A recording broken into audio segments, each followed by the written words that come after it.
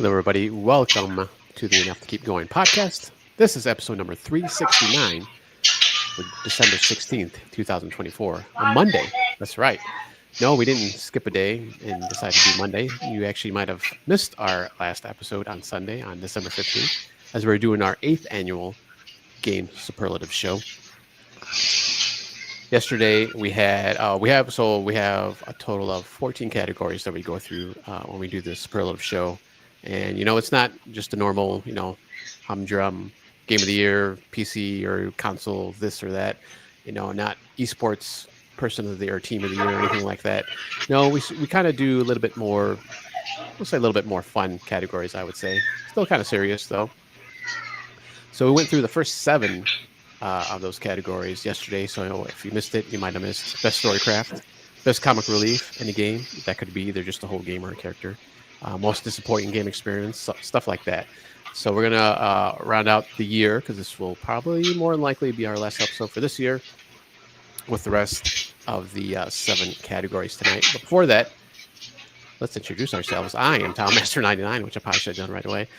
With me tonight is Mr. DBQ Hams. I think it's DBQ Hams. You have no glasses on, so maybe you're not DBQ I know, Hams. right? I do not have, but I do, just like last night, have another Christmas mug Oh, nice. and another gaming Christmas t-shirt. So I'm ready to go. Nice. Was that Metroid on your shirt? Yeah. On your, okay. Nice. And then we have Mr. Game Logic with his, looks like a almost WWE style Twitch hat that you're wearing there. Old school, or WWF, I should say. Yeah, this is right. I think this is my trucker Twitch cap. Nice. And we have Mr. Swiss Guard, my beard brother. How you doing, Mr. Swiss? Doing well. Another year of superlatives and a little bit more gray in the beard. Yeah, I've been gray for a while now, so don't feel too bad about it. All right, so we're going to get started here. We're going to jump into our number 8 category here, which is actually Swiss. You're going to go first here with most likely for a family game night. What was your pick for this one? All right. So my family, I've got a lot of kids, and whatever number you're thinking, I can guarantee you I have more kids than that. So we don't really play like a 4-player game, like isn't necessarily enough. So our family game nights are usually a little bit different. Mostly it is something like Mario Kart, but that's not 2024.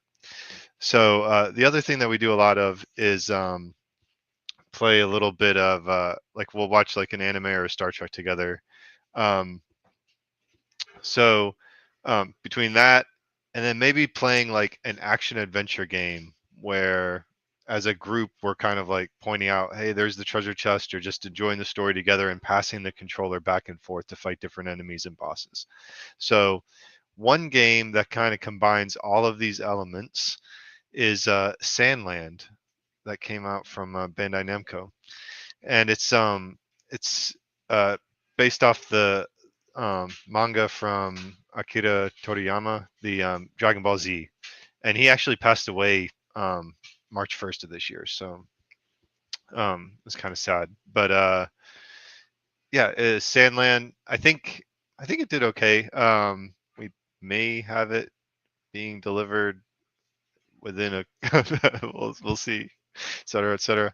But that's our pick, because it's just kind of a story-based action adventure, like kind of anime inspired game. Nice.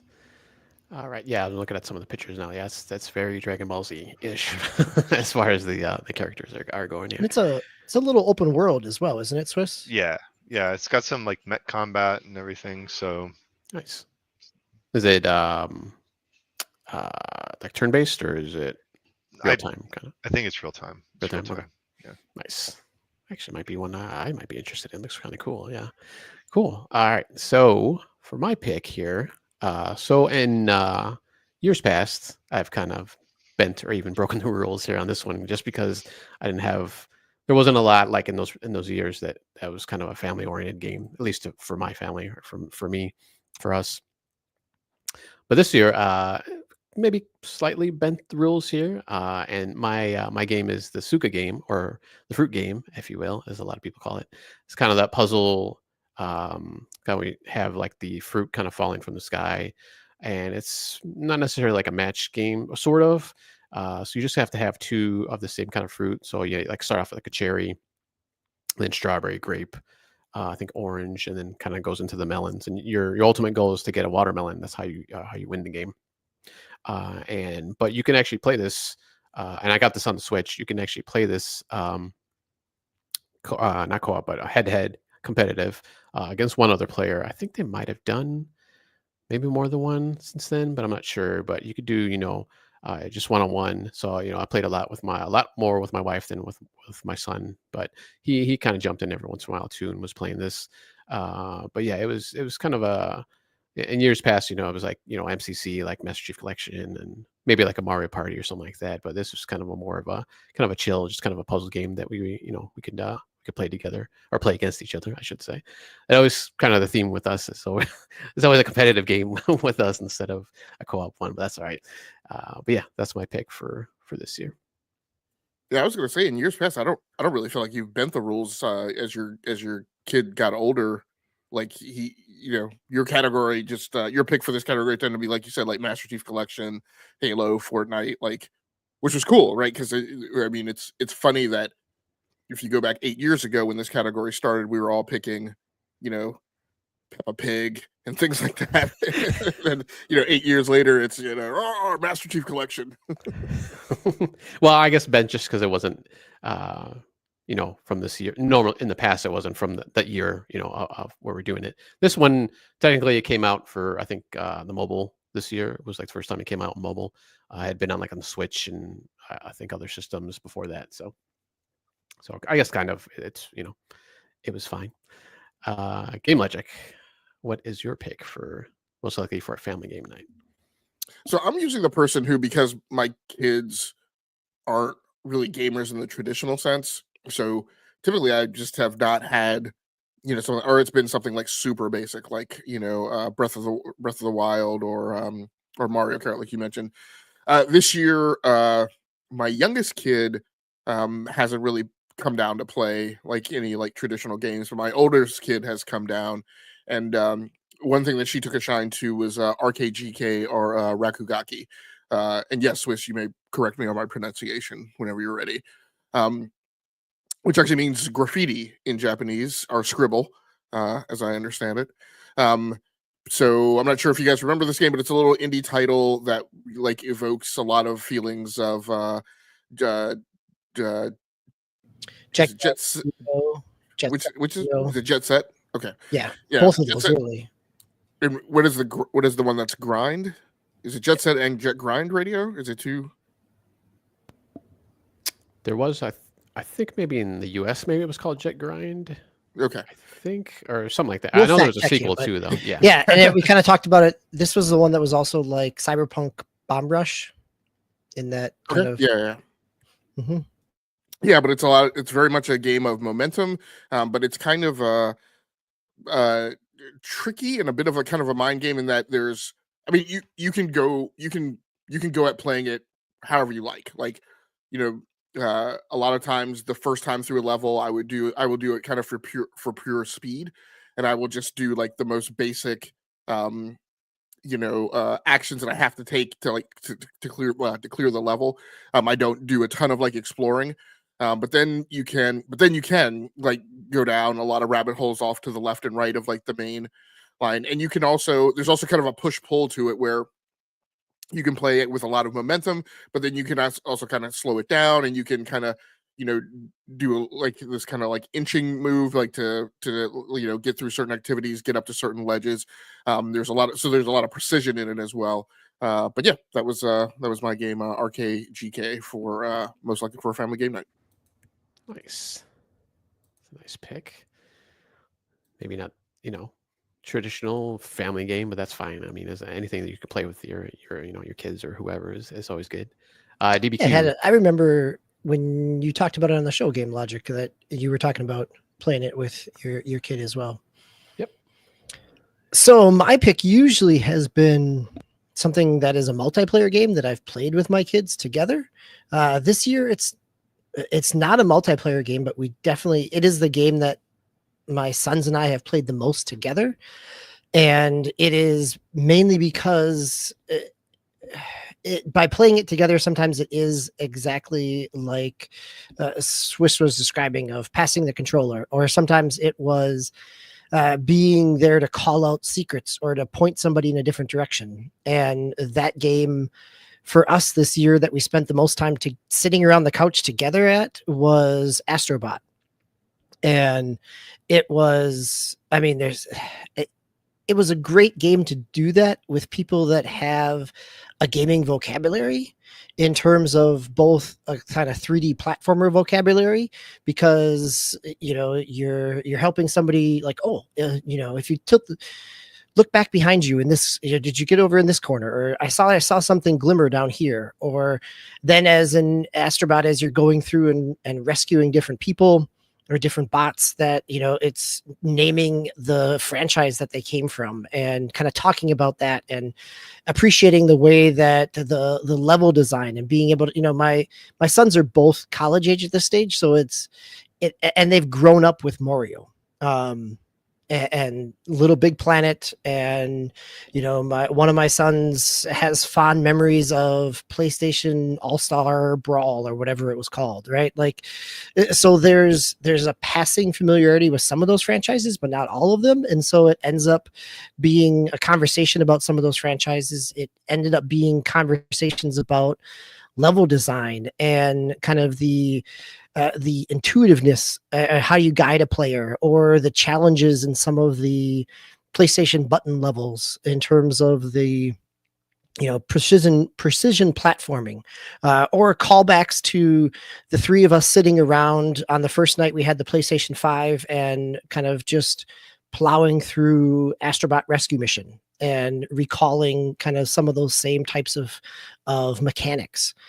And then we get to the final level and it becomes, the person playing the game is actually missing the most of it, because the other two of us are calling out all kinds of other callbacks that happen in the middle of the final level, because the final level, not to spoil anything, but it brings in all kinds of PlayStation paraphernalia, that any device that has functioned on a PlayStation at some point in time ends up playing a role in that final level. And so, but that level is moving really quickly, and it's nice that it allows you to go back and replay it. So somebody else could actually have the controller, and then get the person who was playing it through the first time could get a chance to experience all the visual, not only gags, but homages and tributes that happen in that final level. And then having all three of us kind of sit back and first be shocked by the end, but then just enjoy the credits, and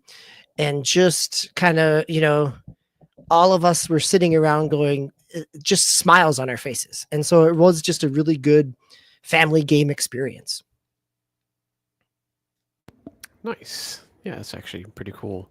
Yeah, that was probably one game. I think we have a category later that you couldn't play, and that was probably, I didn't pick that one, but it's just one that would have been on my top of my list. It was there. I just don't have a PlayStation, so I can't play it.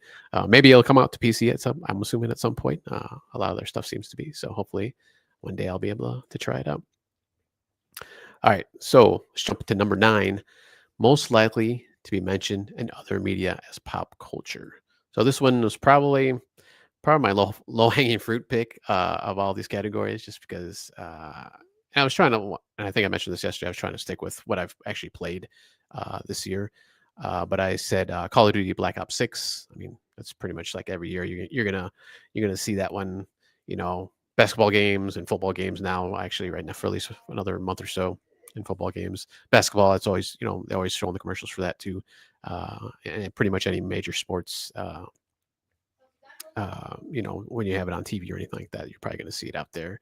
And just, it's always, selling like hotcakes, obviously. I think they say this every year, but it's, Black Ops 6 was one of the biggest, as for them, sales wise and money wise, of all the Call of Duties. So I think they say that all the time, but it always seems to come true. So that was my pick for this year. All right, so Game Logic, what is your pick for most likely mentioned in other media as pop culture? Yeah, before I get on to mine, I don't know, man. I wouldn't I wouldn't chalk Black Ops 6 up as a given because I certainly don't remember a ton of people talking about Vanguard the year that it came out, or seeing Vanguard at a lot of football games. um, for my pick, let's keep the train rolling with a title that I am beginning to suspect will make its appearance more than one time in these bottom 7 categories. But I also picked. Wait. Let me make sure. Ooh, way to build the suspense. This is That's right. perfect. I need Oh, to. he's fumbling. He's fumbling with the envelope. He's Oh trying to no. change his pick. No. I'm comparing my It's list La La from Land. past years with the banners that I've made with the agenda, trying to make sure. I think I repeated a cat. I hope I didn't repeat a category. All right. At any rate, my pick is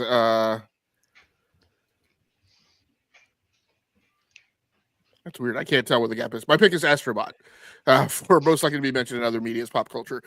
This was a title that I didn't hear. Like this is not like the year a lot of us picked Fortnite, right? Which actually was the year that really kicked off this category. But I've heard in more than one circle of conversation of non-gamers, right, this topic come up. So, as much as anything else that came out this year, I figured that it's just as good a pick as any, and it goes hand in hand with a lot of stuff that's going on with PlayStation, 30-year anniversary, and and so on and so forth. Yeah, no, pretty solid pick. I mean, it had what Game of the Year during the VGAs this year, so definitely up there. And a lot of people praise it. A lot of people are loving it.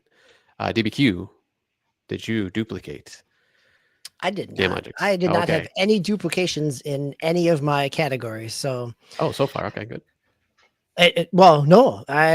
So my pick here is, and maybe it's because I was watching a lot of sports over the summer and heading into the fall, and NCAA college football. So EA's return to college football 25.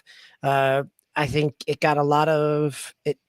I saw commercials on ESPN. I think because of the franchise being dormant for 10 years and coming back, there were a lot of sports media outlets that picked it up that kind of tangentially cover video games, but ended up talking about the return of college football. And so that's the pop culture angle I took with this, in terms of kind of crossing over into fans of the actual sport and being talked about in that capacity as well. And maybe it's just because I've also played a lot of it over the course of the fall, but no, I think it definitely it has a sports pop culture kind of footprint, since it is back after a decade. Yeah, I think that was a very big deal that it came back finally. I think a lot of people were clamoring for it. So, very good pick. All right, Swiss Guard. So I don't like to do like Matt. You could say like stuff like Madden and everything, but I think college football is a good pick just because it's been gone so far. But no, I don't know who's pre-populated the thing, but you're wrong. We have a chart that we're adding here on the other screen.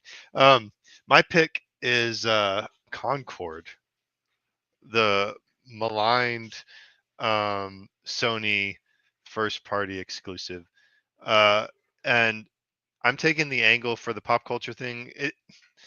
It's easy to take like a Mario game or something because it's already embedded. I try to find I wanted to try to find a game that might permeate in some capacity, and I think I just went with like the way that like ET's Atari cartridges have like a lore. Like it's going to be known as like, remember that game that they built up and then they pulled away like 2 weeks later, and what was that game? Oh yeah, Concord. So that's not a good pop culture footprint, but I think it has a story that goes along with it. Although I did say instead of putting the unpurchased discs, Concorde disc in a landfill, we should put them on a SpaceX rocket and send them out into space. Shoot them off into the sun, just like at Superman 4. Yeah, sorry, that was my fault, Swiss. I didn't mean. I was on the wrong. I was on the wrong. I thought it was Game Logic trying to Oh, troll no, me. that was my fault. All right, no, that was those are all very solid picks this year. Nice that we had something different from each of us. All right, let's go into number 10, which is most likely to be game of the year in most media outlets. And Game Logic, you're gonna kick this one off for us. Okay, so this is what caused me the confusion. My pick for this category was Astrobot. And a little bit of inside baseball, we should express that for this road, it started off as kind of like a gentleman's agreement. I think it's become a little more kind of baked into our process that we are kind of insistent about all the co-host votes having to be turned in before the TGAs air the night that they air. So these votes were submitted before we knew what the outcome of the TGAs were. To be quite honest, I do not remember the logic or rationale by which I said Astrobot would be in most media outlets as GotY. I think maybe I made this pick like really early. If I had made this pick closer to award show time, I probably maybe would have been swayed to pick Metaphor ReFantasio because I think the buzz around that game kind of sort of pick up momentum a little bit before as we got closer and closer to the awards. There was definitely one point where I was wondering if Balatro was going to make a sweep as like the indie pick, but at the end of the day, I went with Astrobot. Well, I will tell you that the easiest way for me to sum up why you would have chosen Astrobot as a Game of the Year contender is it is purely a celebration of video gaming. That it is a well-designed game, but it also just celebrates game history. But that is not my pick for what I think will be, what I thought would be, and what I think will be Game of the Year in other media outlets. And my pick, I will take the flip side of Game Logic's coin and pick Metaphor ReFantasio. That it is deep and meaty and has a varied combat system in terms of a turn base and the kind of the partnerships that grow that's not necessarily that is adjacent to the fan favorite Persona 5, but is a little bit different and pulls in a different, not necessarily a different art style, but a different art theme by being more medieval fantasy and high fantasy or low fantasy in some capacities, given what the humans look like in there. But again, I think it is a deep game in a year of a whole bunch of RPGs. It is the one that feels kind of pushing things forward in some ways that Dragon Age or Final Fantasy don't necessarily do that. And so I was thinking in terms of what could hit, and Metaphor ReFantasio is what I picked. Nice. Yes, very solid pick. Swiss Guard, what do we got for us here? I'm going to say that Game Logic and DB are both correct.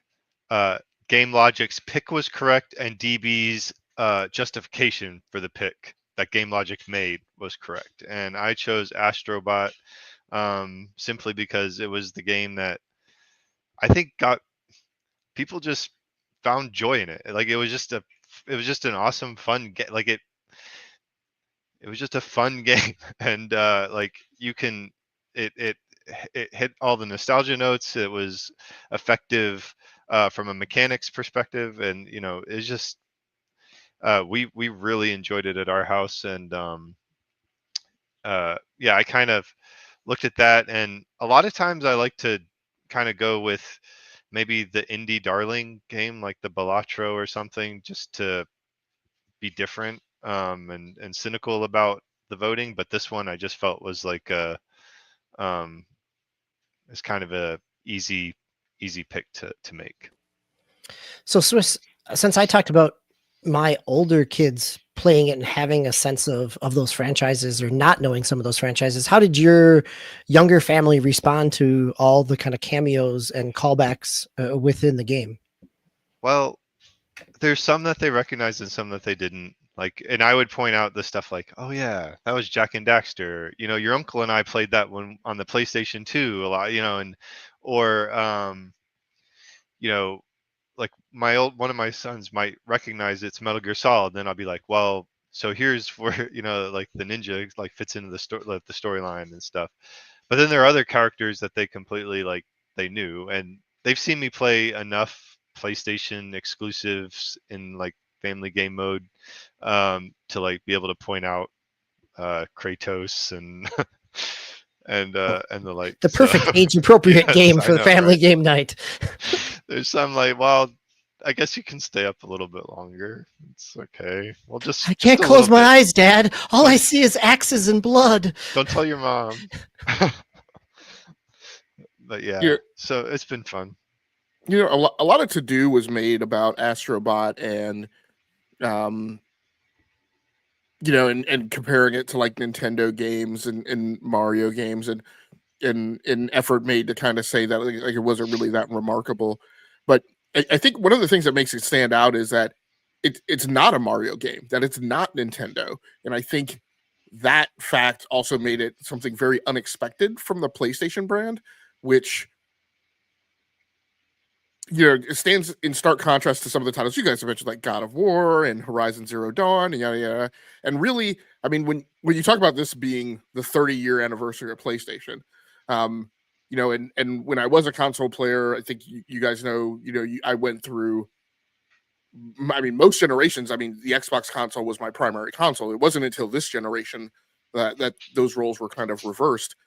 But when we look back at it historically, this will kind of be a really nice feather in the cap of PlayStation because of the types of games that they've done before. And this one just kind of rounds them out as a publisher in their portfolio and just kind of shows their ability to kind of grapple multiple genres, different variations across the landscape, and somehow manage to like stick the landing, right? We're almost I don't want to say regardless of genre and gameplay mechanic style, but I mean, it's a very broad and wide palette, right? That they've kind of crowned themselves by, you know, getting Astrobot as the game of the year at TGA's right in the year of their 30th anniversary.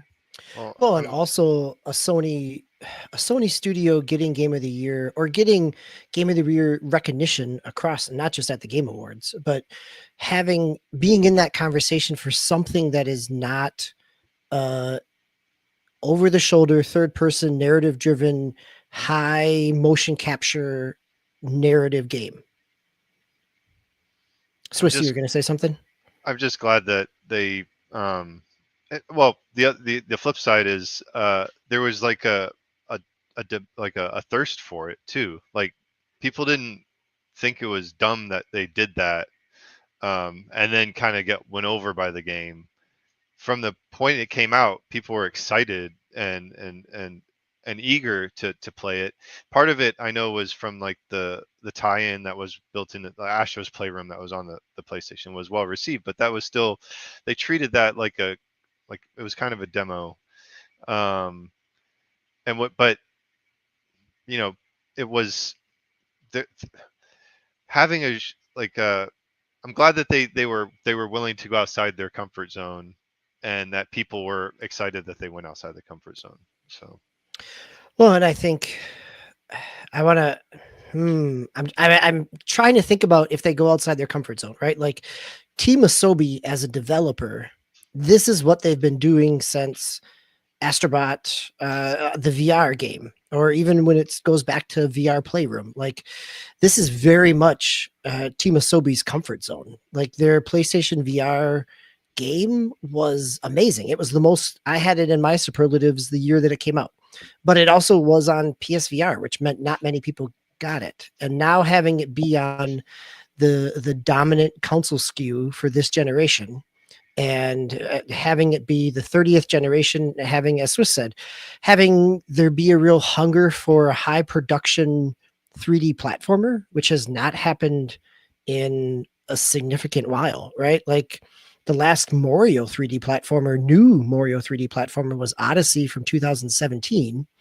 And this is my controversial take on the beauty of Astrobot is I think it's the tightest 3D platformer since Mario Galaxy in terms of everything is measured and there's expansion, but there's not filler. Yeah, I think they comment on, and I don't fully detract from your kind of where you lean with the comment, right? That this is for Team Asobi, it's not outside their wheelhouse, right? It's squarely in their comfort zone. But I think about and I reflect on the PlayStation portfolio, right? Particularly where it is now, and you have this air gap, right, between where there isn't an Uncharted coming, right? You get Spider-Man, but there's no Uncharted right on the slate right now. There's no Sucker Punch. Right. There's no Sucker Punch, no Insomniac, no Naughty Dog. Dog. Right. So, people are making pitches, and you're in this era where a Days Gone doesn't get a sequel, right? So, and we know that PlayStation has a fairly heavy hand in terms of governance, right? And what gets greenlit and these multiple checkpoints that teams have to go through and dates you have to make. So Team Asobi and your Team Asobi, which is not in that list of marquee studios that I just called out, right? You are not a we can't fail type of studio, right? You're a studio where you go and make a pitch like this and you pitch for it not to be a VR game. In my mind, I'm pretty sure you're kind of putting your studio on the line, right? Because if you wind up landing a Concord or something that doesn't stick the landing in the PlayStation, right, realm of governance, you're likely to potentially be gone as a studio. So I think it's still a significant right landmark point and a fairly interesting dynamic, like I said, in the PlayStation portfolio. Even though this might kind of be in their comfort zone, and I think they went and stretched, like I said, not in terms of game mechanics or game style necessarily, but in the outreach, right, to other developers and publishers to get their IP, to get them into the game, and to try and pull off something, right, where again we have this gap where your marquee, PlayStation styles of games, aren't coming to the fore, and probably in an era where you have to win Herman Hulst over, right, to get behind you on this and put the marketing dollars behind it, because that's the other thing that went along with this is PlayStation made what I feel like is a fairly large marketing push behind this title, which is not like PlayStation meat and potatoes. So that had to be a challenge and an argument, right, to win that day as well. Yeah, and I think that makes me think of, this is coming in the same year where they closed down their London studios. And there were a number of Sony related layoffs. As much as we talked about Microsoft last night, that Sony is not absent in that kind of layoff practice over the course of this year for their studios as well. So the different cameos, or I don't know if they're all cameos, but the different IPs that they had in the game, were they all just first party PlayStation, or did they go outside? Did they go outside? Okay. They had to coordinate. Like I saw like a tweet or whatever. They had some troubles with like Square, I think Square Enix, and they finally got one, like Gex the Gecko is I think in there or in a DLC or something, rather than like Cloud. So it was, although maybe they did get Cloud eventually. I don't remember. There was some controversy for some of the IPs when it came to that, and I do know that I know that there were some publishers that might not be like maybe have complete ownership over their IP anymore that were upset when it got put in and everything. So there was a little bit of drama, but I think for the most part, people were excited to have their stuff highlighted as like a history of PlayStation, the 30th anniversary thing. So. Yeah, that's good. Well, they're probably kicking themselves now that they're in the game. It's getting all these awards and everything. But so my pick to round out this category, I actually did go with kind of I had Swiss kind of had mentioned like the cynical pick. I would call it more maybe the underdog pick, and that's Balatro. And like I said, I didn't play this game, so like I was trying to pick stuff that I play, but this is the one out there that you know uh, I didn't really play a lot of these these kind of game of the year contenders. Just not my bag, and maybe this one at some point I'll go out there and I play at some point, but I just figured just because of more of the underdog kind of aspect of it, I know they won. I think they won the indie game of the year for during the TGAs. But I've heard a lot, like a lot of the podcasts that I listen to, they actually, or seriously, people were saying like, hey, this is I'm making my vote for Balatro to be the game of the year this year. So that was kind of another reason I was kind of I brought this up too, was just because I heard a lot of excitement over the game, even till today. Because was it did it come out earlier? It came out earlier in the year, right? Or maybe they were during the summer. PC, it came out late spring, early summer, maybe, and then the mobile release was I don't know, October, somewhere in there. Just like a month or so ago. Yeah.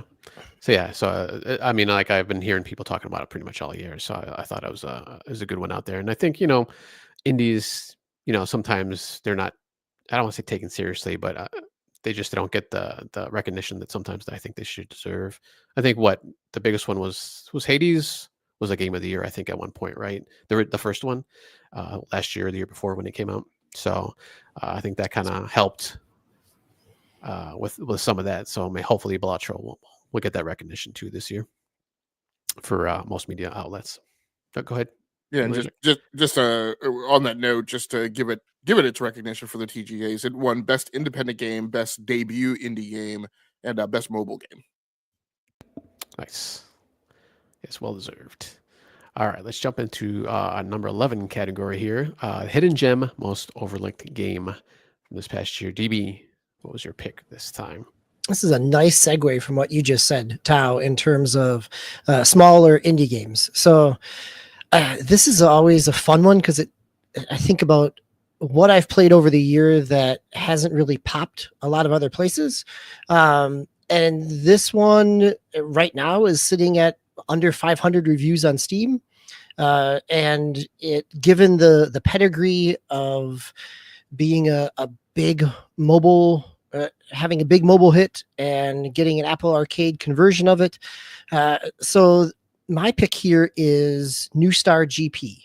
So the New Star games and the kind of GP racing that they released it in the spring. They released it at $30, and I just went back recently, and it is now $10 as a base price. So I think that it is, and that I think will help find some more people, hopefully, because it is a amazing, super fun game. I really love the time I have spent with it. It's a game I've come back to throughout the year. It sits in this kind of Sega Saturn kind of graphical art style, but so it does kind of Formula One racing, but it also does it kind of simplified down, right? You do have to worry about weather. You do have to worry about tire wear and fuel weight. But at the same time, you have these like low poly characters and graphics around it, but it holds a great frame rate. It's I played it on the Steam Deck. It's on every other console. The frame rate on Switch is not so great. I haven't looked to see if it's had the same price drop on the other consoles. But on PC, on Steam, it's $10.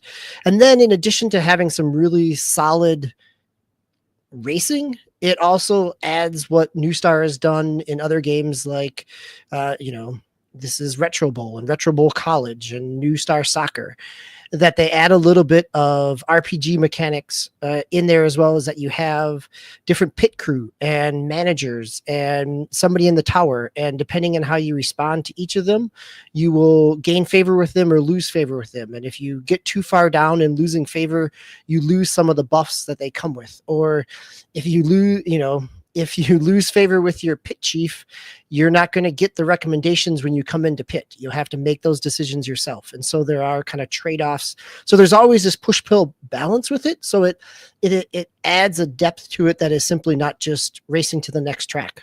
And which is one of the things that I enjoy about sports games is when you add in that kind of RPG kind of management element into it. And New Star GP definitely hits that for me. So it's a very accessible in terms of its racing, but also I haven't really seen it be talked about outside of a couple posts when it first launched back in the spring. Yeah, and I remember you bringing this up originally. Yeah, you were pretty excited about this. Yeah, it has that kind of polygonal graphic style, which is pretty cool. Swiss Guard, what is your pick for the hidden gem most overlooked game? Sometimes I kind of worry that my game isn't as hidden as as it should be. My game actually did ended up getting nominated, I think, for like best indie or something for the TGAs, but has under 1,500 reviews on Steam, and I really enjoyed it. It's Lorelei and the Laser Eyes, and it was just you boot it up and it's got a very like cool vibe. Like you have to open the glove box in the car and it asks like it has like a text adventure type of interaction with you, and you have to open the manual, and the manual is like, this game is best enjoyed in a dimly lit room, quiet in solitude, and it's like with a pen and paper by your side so you can do like it's just like it's got a weird way that they kind of break the fourth wall a little bit, and it was just I haven't beaten it yet, but I've played it some, and I I enjoy the puzzles and the ambiance. So it was just to me it's just a very cool game. I liked how they were like, we recommend that you have a good knowledge of Roman numerals and arithmetic before going on the puzzles and everything. It's just like, okay, this will be fun.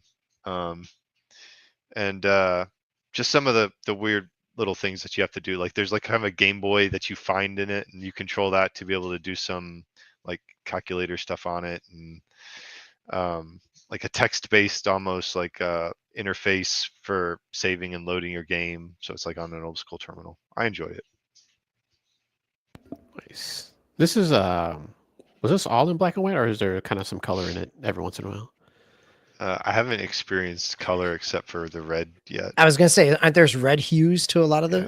the. Yeah, I was noticing that in some of the videos I was looking at. Yeah, so it's kind of interesting. Nice. All right, so for my pick for this one, it has a good amount of. I was looking at the reviews here. It's like 13,000 reviews, so maybe not totally hidden, but other than when it first came out, I hadn't really heard about it all too much, and this kind of goes back, I guess, even to Marvel Snap. That I would even play a game like this. And it's not necessarily a card game, but it's Peglin. So instead of very much like Slay the Spire, but obviously instead of using cards, you're using like a little pachinko kind of like mini game that shoot the little balls around to get like power ups or buffs and stuff like that during the game. You're like this little goblin guy, and just kind of going through this world, and very much like Slay the Spire, the kind of overworld map where you kind of choose your path to which way you want to go, and you can there might be a question mark, and it might give you something, or you might have to fight somebody totally that's totally hard and stuff like that. But I picked this one more like, once again, it's kind of personal, just because it's something that I normally wouldn't have looked at probably like 3, 4, or 5 years ago. And but since as I've been playing more games as of late, it kind of jumped into my radar when I saw it, and I think maybe more because it wasn't really a card game, and I like the card games now. I actually getting into them a lot more, but this is like a little bit different. It's like the little pachinko like game, so I thought it was kind of cool. Right. It's like Peggle, right? Yeah. The classic PopCap game. Yep. Yeah. So yeah, that was my pick. All right, Game Logic. What is your hidden gem, most overlooked game? And just call it out again. This is a category that kind of has a swath of description to it, right? It's not necessarily hidden gem, like it's overlooked game, and it can be overlooked game by the industry or by you.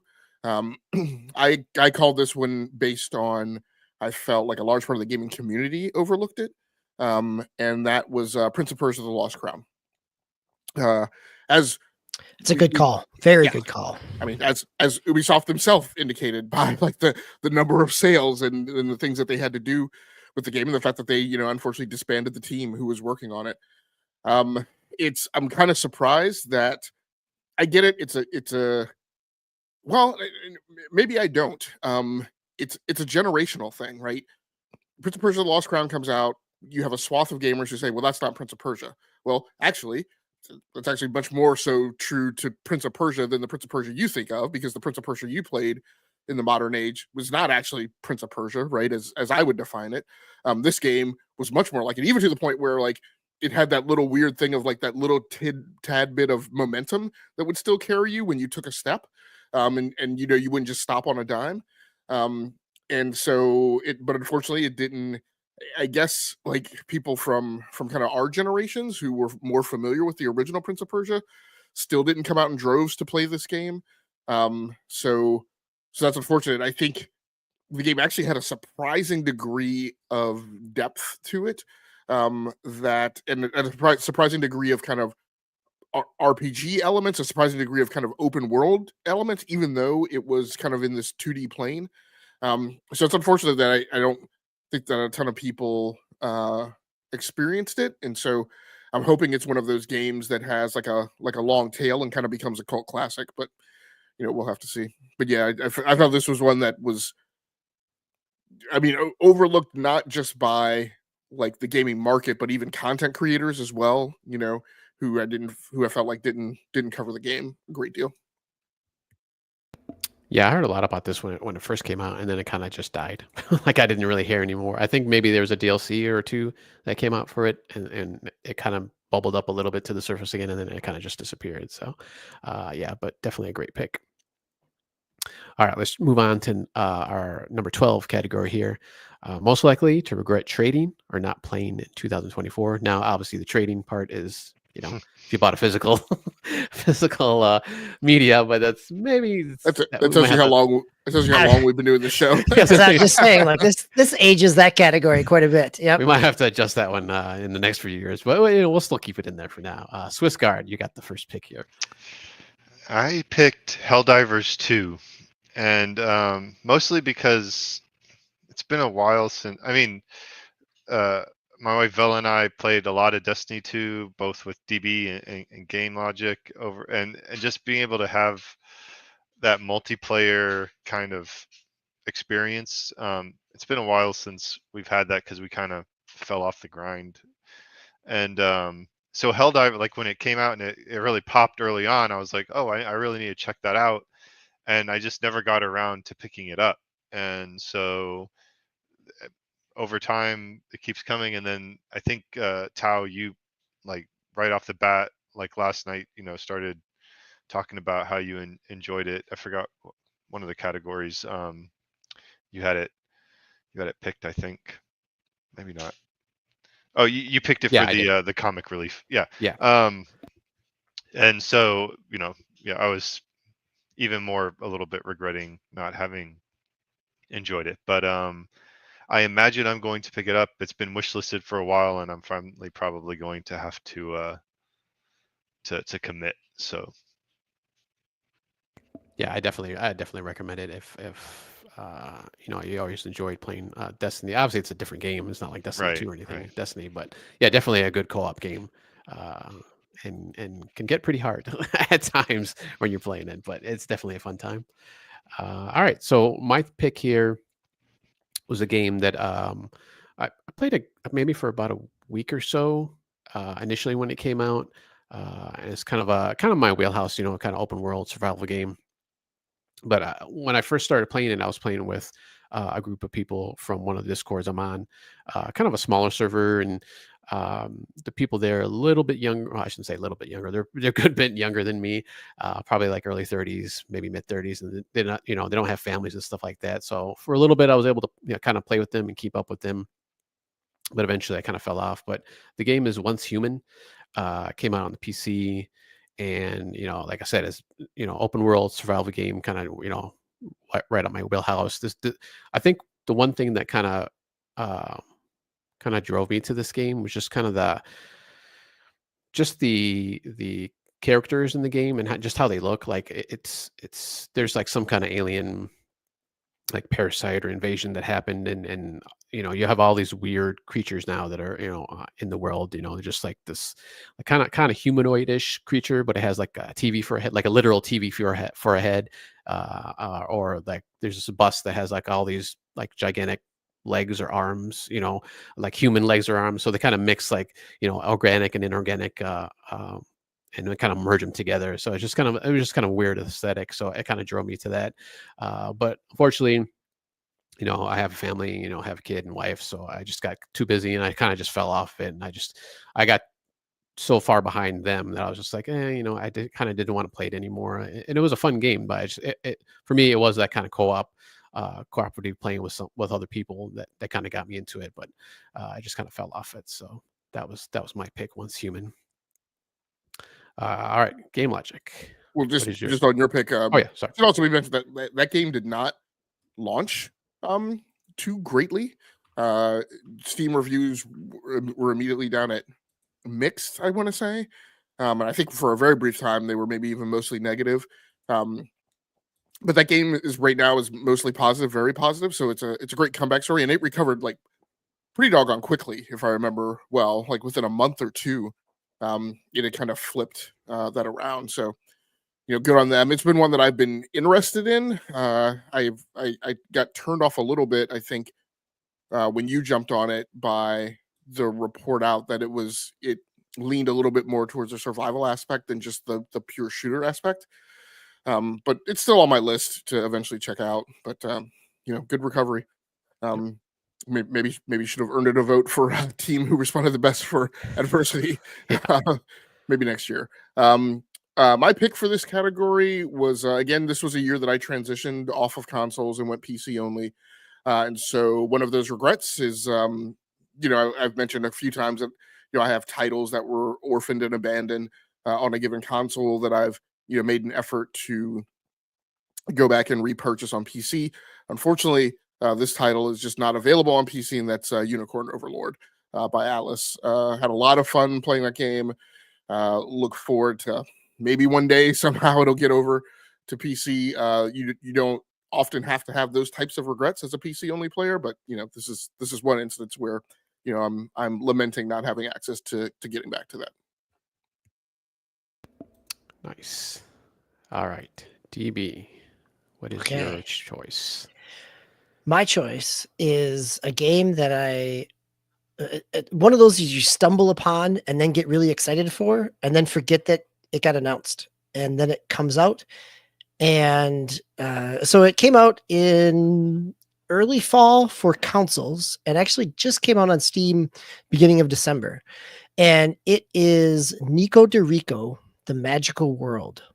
So I actually had to look up how to say that, but yes, that is correct. It is from a development studio out of Cyprus, but it has music by David Wise and is very much in the Donkey Kong Country, a little bit of Crash Bandicoot in terms of the kind of running into the camera sometimes, but most of it is the third, you know, is kind of side scroller action, side scroller platforming, and it is up to 2 players, and it very much invokes Donkey Kong Country. And it is one of those where I showed my son as he was coming home for college. He's like, oh, and you know, just because we've played games like that over the course of his life, and having a smaller studio kind of take on the mantle of doing something in this kind of 2D platforming type of genre is something I always look for, and I haven't picked it up. It's $30. In part, I haven't picked it up. Right, this is a conflict of like, I think I kind of want to wait for it to be on sale, but also I want to support the developer in doing games like this. So I'm picking it up over the holidays here to play with my kids, but I have not had a chance to play it yet in the year of 2024. Nice. Yeah, I was just looking at some video of it. Yeah, it looks pretty cool. Kind of old schoolish side scroller. So it looks good. Yes, it's on PlayStation 5, Swiss. I think your kids might enjoy it. I know they really like Donkey Kong Country, so that's one of those games that we bought multiple times, like Tropical Freeze and stuff, and they even play the on the Switch Online, the old Donkey Kong Country. So that's really a good call out. And Game Logic, Unicorn Overlord was one of I think if I didn't do Helldivers 2, I think Unicorn Overlord was one of my finalists for this category as well. So just 'cause I haven't picked it up because I don't feel like investing that much time yet. Nice. Nate, drop by in the comments. Thanks for stopping by. So let's go to. We're actually getting to the last couple of categories here to round out the episode. But lucky number 13, Life of the Party, most fun to play, and I'm going to hit this one first. This was actually one I think from my whole list that I didn't pick something that was that came out this year, so I had to bend the rules a little bit. But it was back in the day I used to play Nintendo 64, probably mostly Nintendo 64, maybe a little bit of the GameCube. I used to play all the wrestling games, the WWE wrestling games, and WCW, WrestleMania, and I think it was NWO versus WCW or something like that. Those old, I think THQ, I believe was the. Yep, they were THQ. They were Ukes developed. Yeah. Yep. Yeah, so old school wrestling games. But I had found a game much in that vein this past year called Wrestling Empire, but this one has been released, I think, back in 2021. So it's been a while since this has been out. And oddly enough, I didn't realize it was also out on the Switch. It came out on the Switch. So I don't know how I missed that one. I'm surprised I never crossed my path in the last few years. But this is kind of old school, simple kind of wrestling. You only have a few buttons for grapple and punching and throwing somebody against the ropes and stuff like that. So more simplified gameplay, unlike a lot of the ones today, a lot of the WWE ones today, where they try to use kind of like a Madden, where they try to use every button imaginable, on the controller. So it's and not obviously I've played a lot of shooters that do that too, but something with the wrestling games that I was just, I don't know, I just always kind of, it was kind of a pain for me to try to use all the buttons, and this kind of simplifies everything.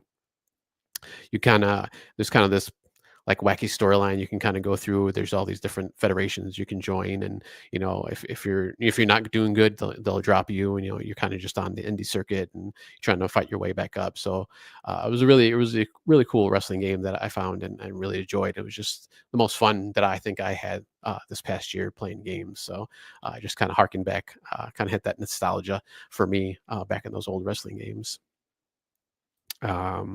So Mr. Game Logic, what is your pick for Life of the Party most fun game? So if you'll allow me a brief couple of minutes for some exposition, just want to point out to the audience that in years past, because we don't do Game of the Year, because from I almost hate to use a label this lofty, but I'll go ahead and use it because of our ethos, our notion of journalistic integrity. We've never felt really qualified to put our Game of the Year stamp on games, because outlets do that who have a journalist staff of 20 people, and they do 200 plus reviews a year. So we play a lot of games, but they just have a lot more depth and have an opportunity to get around the industry a lot more. But this is the category that is closest to any notion of us anointing a Game of the Year for each individual co-host. We do sometimes, because this category is most fun game, it is often not necessarily the thing that a person would have called Game of the Year. So sometimes we do loop back and go back to the co-host and ask, would this have been your Game of the Year? I will, of course, defer to Towmaster as the host this year, if he chooses to do that. My pick for this category was Warhammer 40,000 Space Marine 2. Warhammer Space Marine 2 has problems. It has issues. But there's a handful of games, that I can count on one hand that I would talk about this year with a common label that when they are on, and that's what this game is for me. Like when this game is singing its highest note, like at a fever pitch, it is absolutely like some of the most fun that I've had gaming. It is super visceral in a, obviously there's been a lot of comparisons to Gears of War drawn to this game. It is total, Ubermensch, dude bro style gaming. There are times where that just like keeps going up and up and up until it hits a point where it's kind of frustrating in kind of a Man of Steel kind of way. But yeah, it's huge fun when it's clicking on all cylinders, and I had a ton of fun. There are games in the Warhammer universe that I have heavily enjoyed. RTSs, first-person shooters, turn-based strategy games.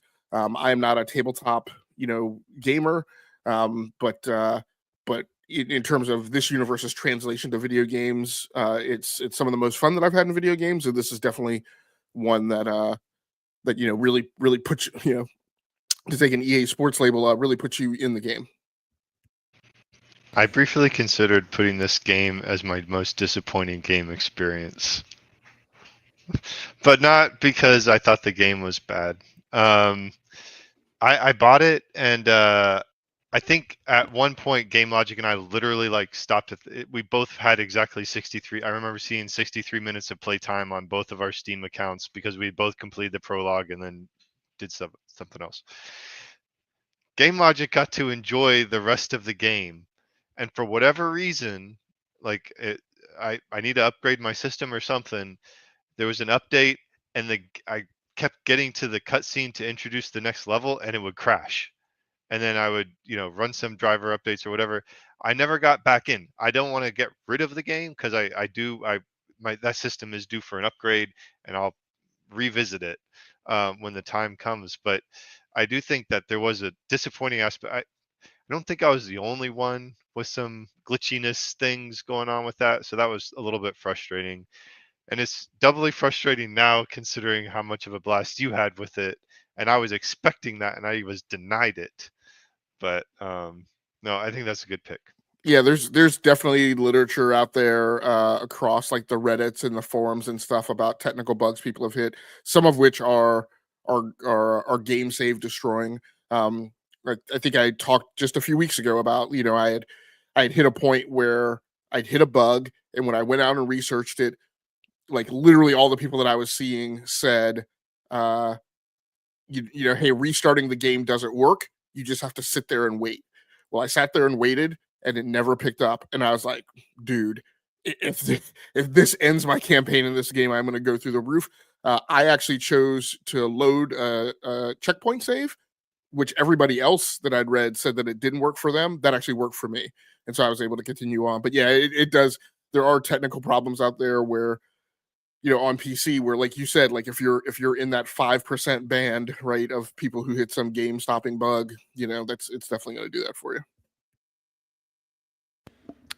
Yeah, this is one I actually almost put for my for not playing or not regret trading or not playing for this year, but I just picked Once Human overall, just because I played Vermintide and Darktide when they came out, and obviously it's kind of a different storyline and different stuff, but still kind of that Warhammer universe. So I thought it was kind of cool, but I just never got around to playing it yet. So hopefully at some point this coming year I'll get to it.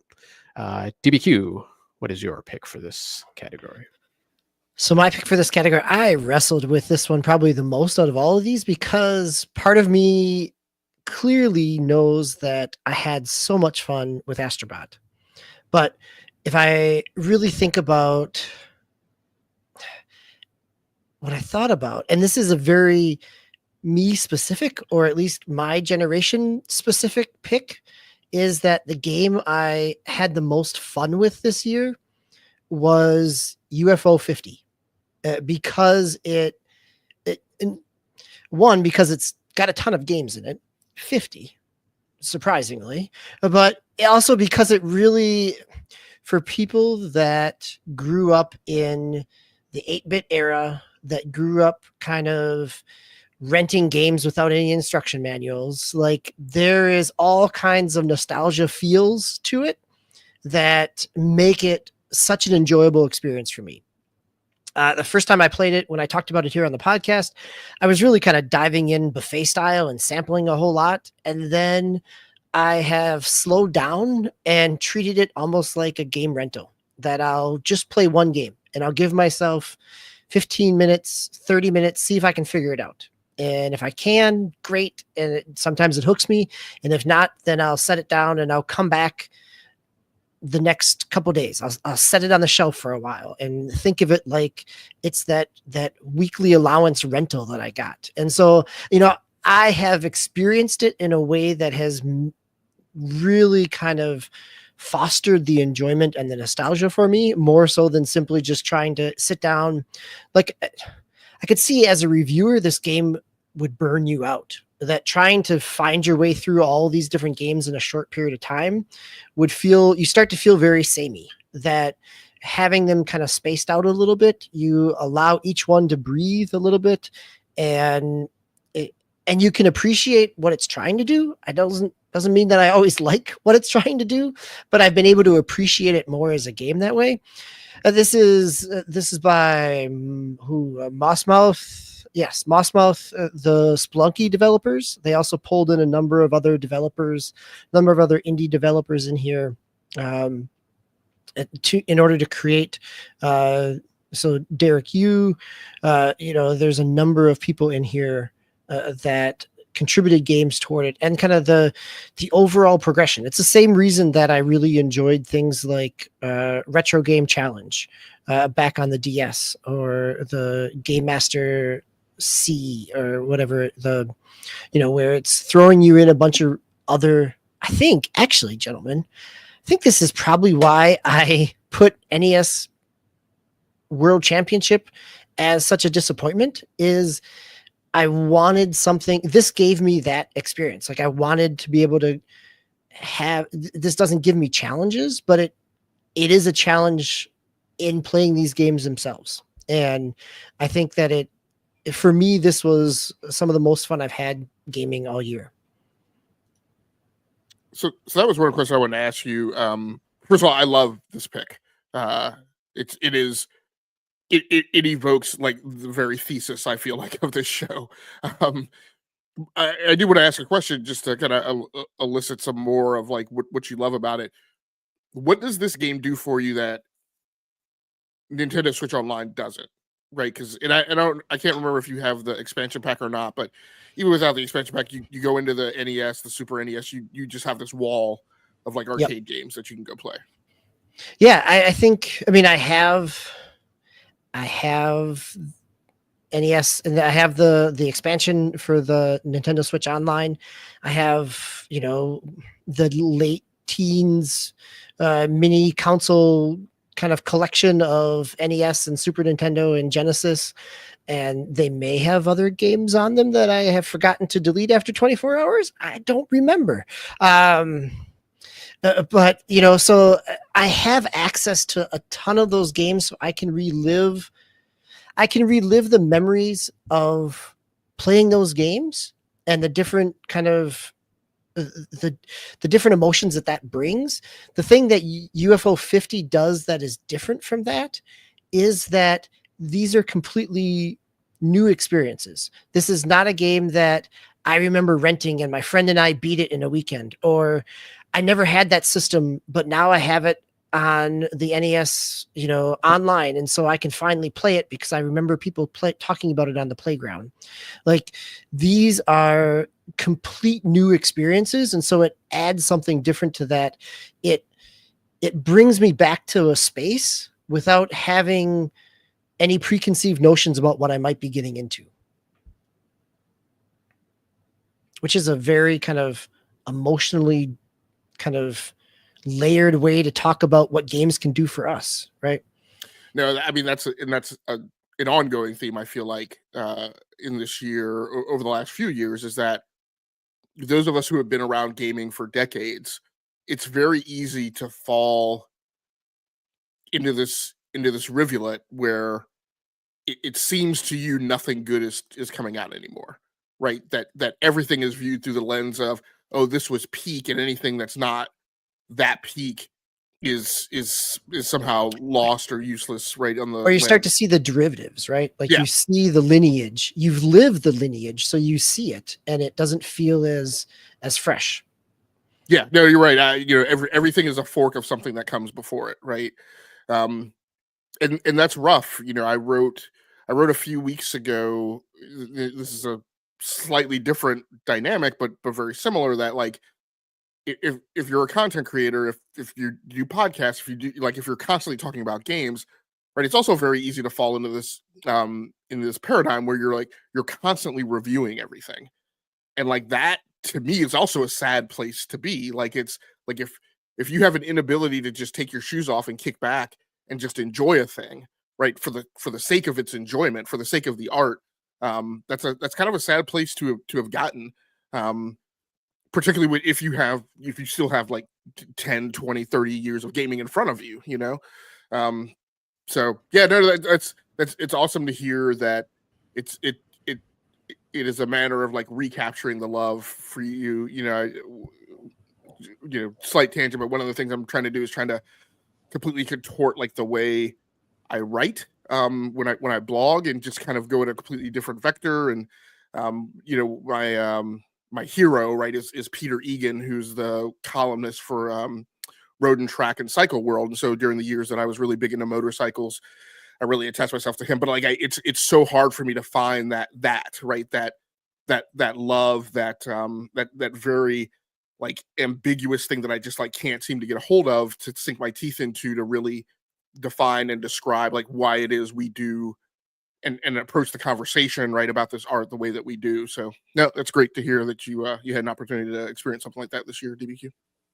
Well, in Game Logic, I think I appreciate that you bring that back in terms of kind of the challenge that it can be to be regular content creators. And we are, you create more content than I certainly do, but even as a weekly podcast, I find myself thinking about what I should be playing in order to talk about, more so than I find myself what I should be playing because I want to be playing. And so this is oftentimes where, looking back on the year, it allows for the chance to really think about where those games, what games have stuck with me, and what have I've come back to, not just because it's new within the first couple of weeks, but also because it's something that I have really enjoyed playing. And I think that's thinking about heading into the next year, or thinking about how I approach my gaming, and being cognizant of trying to find a better balance in there too. No, and I know we're going on a bit, but like that's again one of the things that's a joke. Like look, I get it. We don't have 1,000 subscribers or whatever, like, but we're not a zeitgeist podcast. We don't play the games that we feel like have to be played because they're on the front page of Metacritic. This is trying to say it without, I don't know that there's any way to say it without coming off sounding egotistical, arrogant, or hipster. Oh, I mean, we're not worried about our SEO to some, right? Exactly. Yeah, and I think I'm kind of on the flip side now of what you guys are saying. Like before, yeah, mostly what DB was saying. Like when we first started this podcast, and maybe even like a year or two afterwards, I was like, oh man, I'm always playing. I think at the time was like Call of Duty, and I don't know, probably one of the Black Ops, which kind of I've come first circle on that one because I'm playing a lot of Call of Duty now. But I was playing a lot of Call of Duty and probably like Skyrim, or maybe even I forgot what was before Skyrim. The Elder Scrolls Oblivion. before Oblivion. Yeah, I was playing a lot of it, and that's like all I would play. And like, and at a certain point, I was like, well, you guys are playing, all these different kind of games and stuff, and I was like, man, I really got to start, playing different things, and that kind of forced me, and that's kind of like throughout my life was like, I was a picky eater at first. Obviously, I think a lot of people are, and it wasn't until I got into into my career and get into the world, and people are always going out for lunch and stuff. I'm like, all right, I'll go out with you guys, and I finally tried something different, and then I was like, oh yeah, there's why didn't I try this before, and why am I not trying all this other stuff, uh same with the games now. It's like, why didn't I start trying all these other different genres that I never tried before, like RTSs and even some I don't know, like racing games, like kind of the more simmy stuff. And I really don't like it. Obviously, you're not gonna like everything, but I'm getting into all these other different genres now. I'm doing like, all these roguelikes and roguelites and card games and stuff I never would have gone to before. And it's like, I'm glad now that I'm at this point where I can just, I can just pick a game. If I like it, I'll like it. And if not, then, I'll just put it down and I'm not gonna play it again. So I just find it's kind of refreshing. And I always think with all these people who are doing all these reviews and stuff, like they're constantly, like, every day in and day out playing games, for their job. And sometimes, yeah, they're like, yeah, I'll go home and I'll play something else, or I'll play the same game that I've been playing for like a month straight. I'll play it for fun. I'm like, how could you possibly be having fun with this one game that you, especially like these people who do like the guides, like on IGN is one of the podcasts I listen to. A lot of the podcasts there I listen to, a lot of the guide people are on there, and they're talking about how they'll go home and just play it for fun. I'm like, how could you possibly have fun with this game after having to find all these little secrets and all these little tricks and stuff for all these different games, and just play it for fun and stuff like that. So it's just kind of a weird evolution of kind of seeing all this stuff. But Swiss, let's finish off this category. What was your pick for this one? Don't worry, I'll be quick. I went ahead and just said it and did Astrobot. Because I mean, honestly, it was the most fun that across the Swiss household that we've had this year. There were a lot of games that we've all played and we've all enjoyed, but this one just kind of was that. I keep going back to the joyful, but that's like the term I like to use to describe it. And everybody got into it. Everybody is still into it, and so yeah, for me that was the most fun I had gaming. And it's ironic a little bit, because I agree with all of you, like talking about just getting tired and like seeing the same thing over and over, like, and not maybe getting excited, like looking forward to with anticipation to a game release like I did when I was a kid, at new releases now. But and then maybe having to stretch like what I would typically play, like a Balatro, like a roguelike type stuff, like I would have not been doing that a few years ago. But this one, despite all of that, this is like a Sony first party thing, but it still captured a little bit of that. Like it still somehow captured that same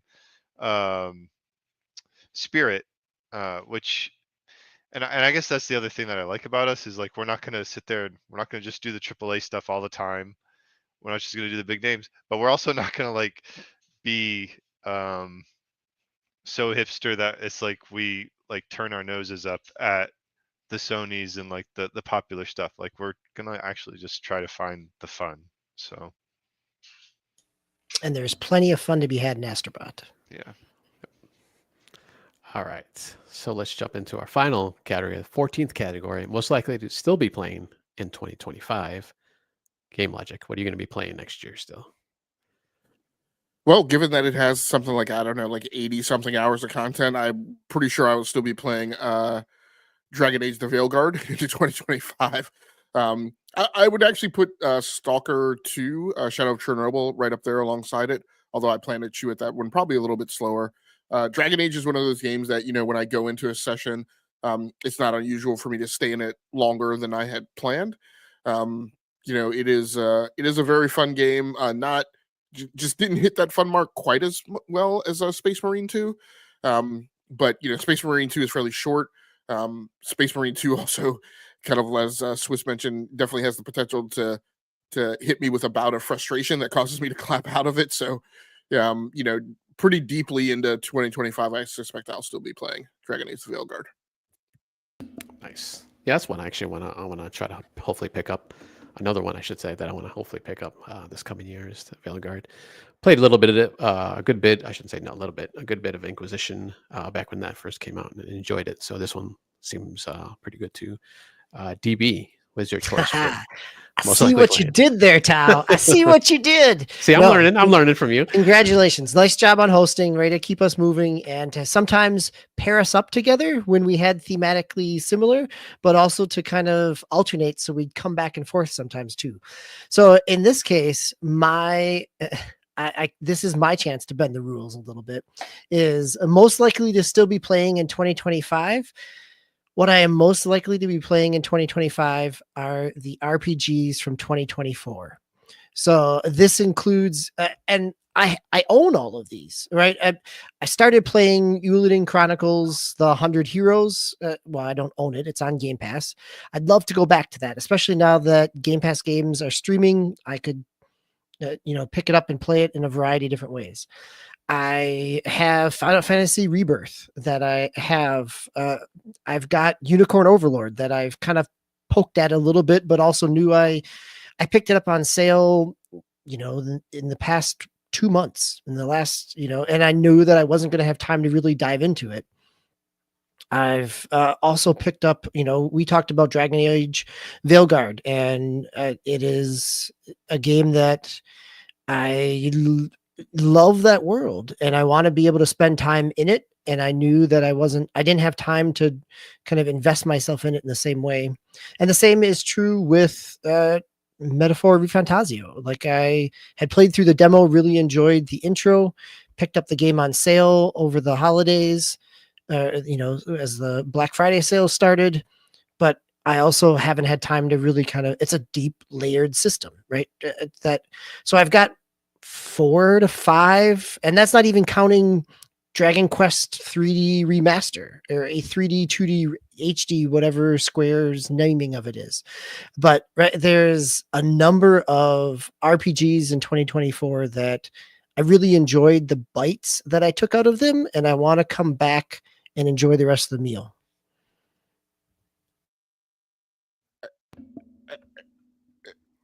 At the risk that I should burst other people's bubbles after Tao and Swisco, I'm just gonna present this to you for consideration. I'm hoping you're planning on having a big December-January crunch, because February of 2025 is Kingdom Come Deliverance 2, Civilization 7, Assassin's Creed Shadows, The Legend of Heroes Trails Through Daybreak 2, Tomb Raider 4, 5, and 6 Remastered, Avowed, Like a Dragon, Pirate Yakuza in Hawaii, and Monster Hunter Wilds. Yeah, February is stacked. Yeah, yes. That's a tough corner to turn. So I wish you the best of luck. This is why I probably will still be chipping away at these, right? I think it is the reality of I'll be playing them on the back end, on the side of a variety of other things. But also, as I look at that list for February, I know that I may play. Well, that's not true. I have Ubisoft Plus because I thought Assassin's Creed was coming out this fall. So I will be playing Assassin's Creed at launch because I have the capacity. Otherwise, as we've talked about here before, I'll wait for the Ubisoft sale and take the discount. Avowed, I'm going to get through Game Pass. And for as awesome as Monster Hunter Wilds looks, I know that it is not for me because I have played enough to... So my February doesn't feel nearly as stacked as the game calendar looks for other people. And Civilization 7 is going to be amazing, but it's going to be amazing when I find it on sale at the end of 2025 as well. It's also going to be amazing for about almost as many years as Grand Theft Auto, so you should be fine. I was gonna say you could just do what you did with these games and just collect them all and then wait until the end of the year and then play them, or say you're gonna play them. That's right. I want to support the industry, but I, don't have all that time.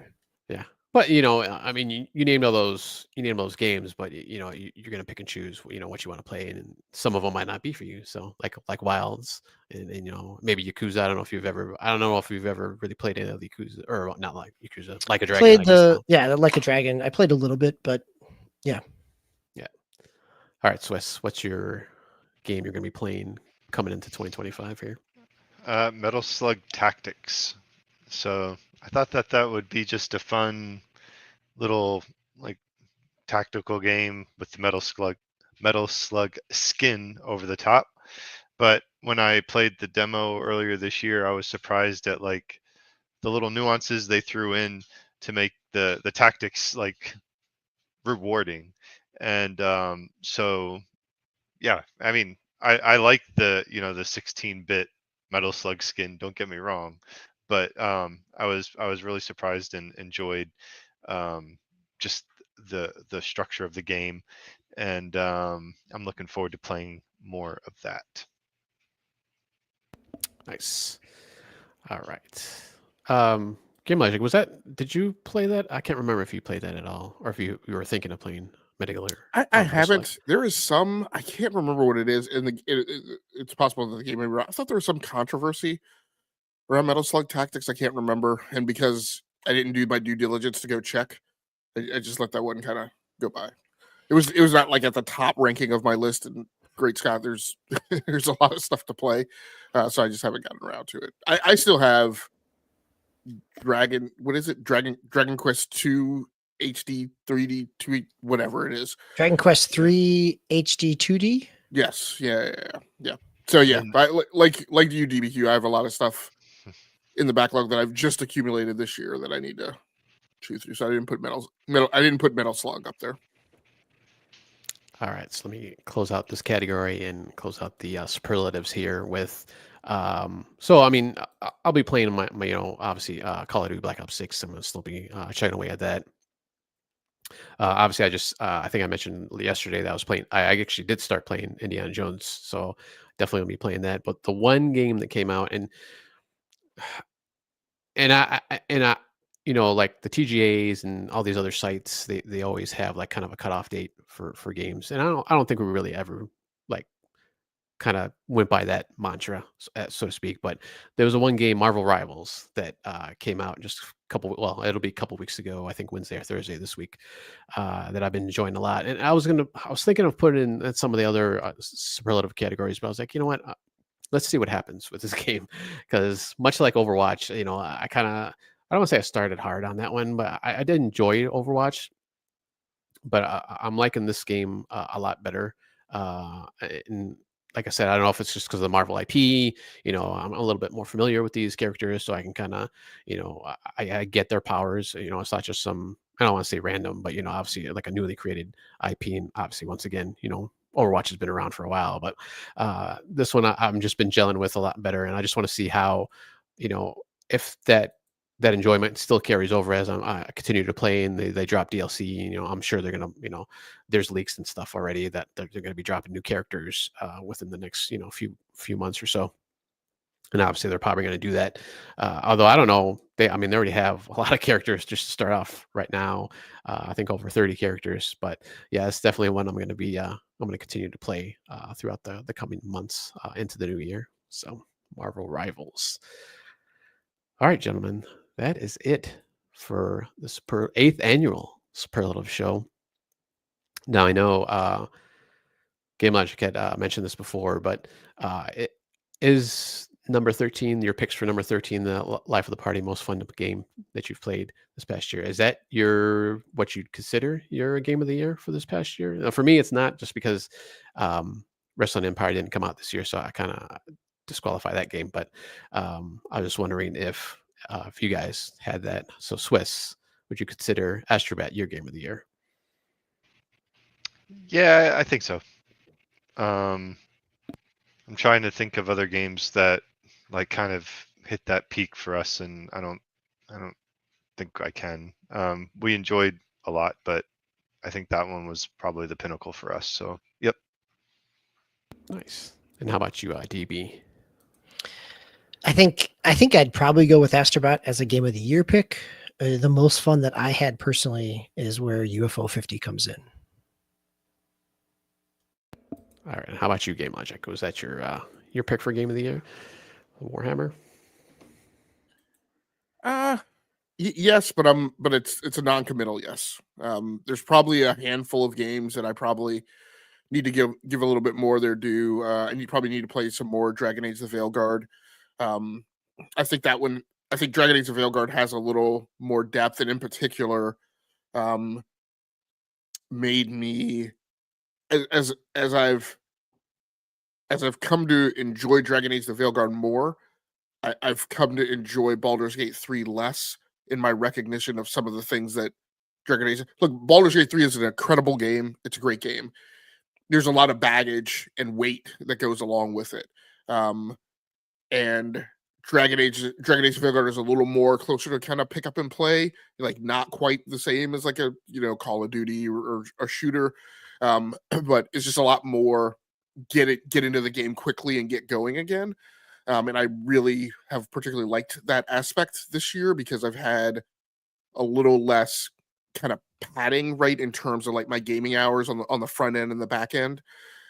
So like I said, there's a couple of other things there that would be in the basket that I probably need some more time to evaluate. Dragon Age Veilguard, spend some more time with Stalker 2, Hearts of Chernobyl, when I get back, and spend some more time with Star Wars Outlaws. So Warhammer 40K, strong pick, might not necessarily be certain. I wouldn't call it at this point my game of the year. Just yet. Right. Nice. All right. So real quick, anything you guys are looking forward to? You mentioned obviously all those games in February, but anything else that might be coming out next year, either gameplay wise or game wise, or potentially hardware that's coming out next year for you guys? Game Logic, let's go with you again since you. Anything you're looking forward to? I'm just excited for the gaming landscape in 2025 overall. On the software side, I'm not particularly looking forward to any like hardware. I've got 4000 series RTX GPUs now. I'm not like falling out of bed to get my hands on a 5000. If I do get my hand on a 5000, it's going to be because I tip over this edge of what DBQ kind of referred to of like a feeling of like obligation. But I've kind of been wrestling with that this year, and I've said I don't know that I feel that obligation right now. So, but across the landscape of games, I'm just super excited. It feels like this year there was a good amount of variety, not a huge amount of AAA games kind of crowding the space out. So I think we had time and space to kind of drink deep of games outside of like that AAA space. But it was also like a very JRPG heavy year. So I feel like next year there's a little more balance in the spread between AAA and AA and all the spectrums like in between. And I feel like what I'm seeing is a little more variety. So we'll see how it turns out, but I am just in general kind of excited for 2025. All right. How about you, Swiss Guard? Anything you're looking forward to in the coming year? The games that pop in my head when you ask that are Death Stranding 2 and Metroid Prime 4, which although I don't think the latter has an official release date yet, I'm assuming it's going to come out. We'll see. Those are the ones that initially I thought of. I'm actually not as high on Civ 7. I'm not sure I'm a fan of the changes that they're making in that franchise. So, but I'll probably end up getting it because a lot of people I know play it, and it's Civilization. So, yeah, nice. All right, DBQ, how about you? Anything you're looking forward to? Yeah, so I'm chuckling as Game Logic is talking about 24 being an RPG heavy year, and because as I look at the calendar, I might not be super excited about February, but when I look at March, I get Suikoden 1 and 2 remaster and Xenoblade Chronicles X remaster. So I'm already building my list of new Lease on Life best port for next year. Are you guys like when you're playing the games, even in like February and March, are you trying to make mental notes about the Superlatives show? Maybe for me, not that early. Like the first I started thinking about it was over the summer. Just in terms of like at the 6-month mark, going back and thinking about what all I've played in the first half of the year. Yeah, I'm probably seeing like June, July. I started really thinking about it. Although it was a lot, like I said, it was a lot easier for me this year since I had the spreadsheet going, the updated spreadsheet. Other than just trying to do it last minute. But yeah, probably that's the same. I don't give any thought to it till right before the Game Awards. Maybe a month. I should say about a month before the Game Awards is like when I start thinking about the first time. Like I need to say something to you guys about us prepping for the show is about the first time. But I want to. Yeah. Game Logic, you may not necessarily be thinking about it in terms of superlatives, but throughout the year you're looking at Open Critic. You are being very cognizant of trying to have a sampling of what seems to be well-regarded games over each month as they come out. Yeah, I'm invested in kind of running the ladder of like what's coming out from the industry like throughout the year. But yeah, I just don't consciously think about like where does a game fall here, where does a game fall there. I often friend of the show, Brap, Basement Radio Arcade Podcast, I guess on your show, and I frequently give him flack for being those people who are like March, oh, this is my game of the year. May, oh, this is my game of the year. I'm like, no, let's just play the games, and then we'll hash and triage them, in November. Yeah. Yeah, I think a couple of podcasts I've been listening to this year like started doing that, where they're like counting down every quarter, like, oh, this would be the game of the year if we decided to do it, at the 3 month mark. Like, well, what's going on? Come on, guys! Like, you're gonna forget half of these games before you even get to the end of the year. So it's a little ridiculous, I think. But some people like to do that. They like to think about, and it might be because obviously it's their job, but other people are just kind of like that. I will say this year, maybe last year too. I can't remember, but definitely this year, I did not feel the need to do that kind of October, November rush that we sometimes do of like, oh my God, like we're down to the last 2 months and I haven't played like all these games. And good on the industry too. I feel like this year there was much more of a spread of like good games constantly coming out like each month, rather than like this big huge glut like in the holiday season. Yeah, they seem to. Well, I mean, some stuff got delayed. Actually, a lot of stuff got. I think this was probably for like the first year in a long time that I think there's a lot of games that got delayed. At least once, if not, 2 or 3 times. So they got put, and even got pushed into this year early in the year. For me, I'm hoping, and probably most likely we'll have finally a Switch 2 announcement. There's. Man, every day it's like you see another rumor. There's another rumor supposedly, and or another leak or something like that. I just hopefully they finally announce it and then give a date of when that's going to come out. So as far as hardware, and then as far as software, I am very much looking forward to the new Assassin's Creed Shadows. I'm glad they finally doing. Well, I guess they have done an Asian themed one. I think it was like a 2D one, wasn't it? Was it? Are they talking about it? They were in India. They did the China, India, and like one other one that was like it was Russia. Yep. Yeah. Were those expansions off of something or no? They were 2D. They were kind of Mark of the Ninja like in terms of 2D side scroller with a little bit of stealth in them. Do we know? Do we have any reason to be convinced that Switch 2 won't be Switch 1? Like, because remember, like, we got the word, what in like December? I think there was a Japanese showcase in early January.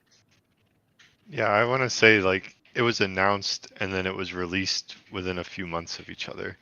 It was like the first official announcement was like you said, it was like that first week of January. I want to say it was just before CES, I think. Maybe, or it had to be just before. If it wasn't just before, it had to be just after. Sounds about right. Timing wise, I remember it being early January. Yeah. And then it was out in March.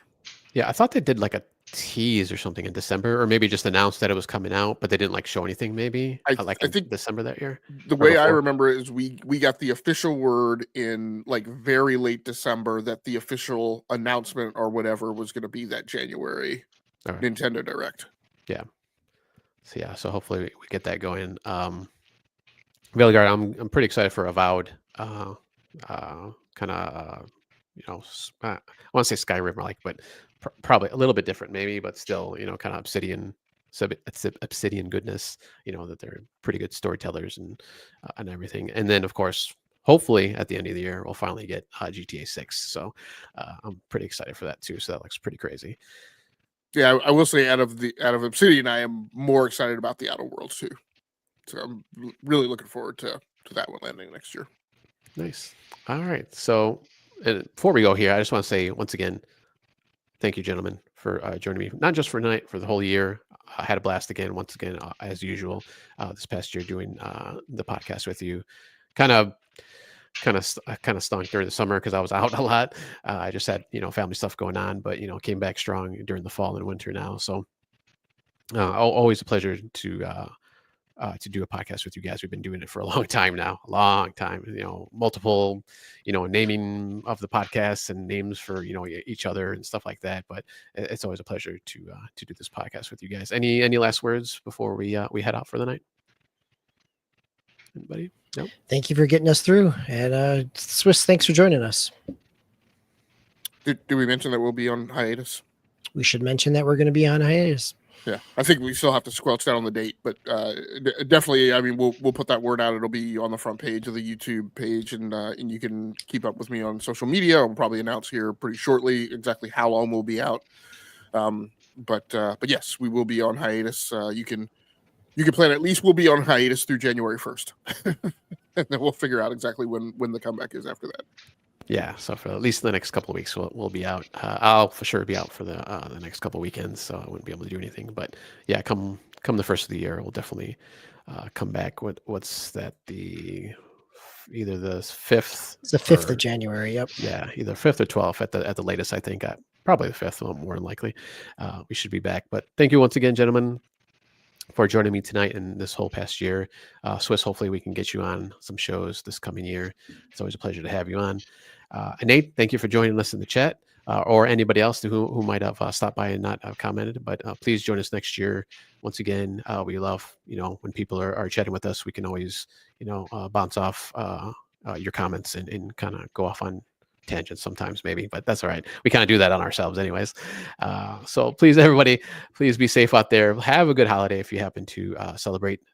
If not, hopefully you get at least a couple of days off in the coming week. Have a good new year, and we will see you next year for the E2KG podcasts.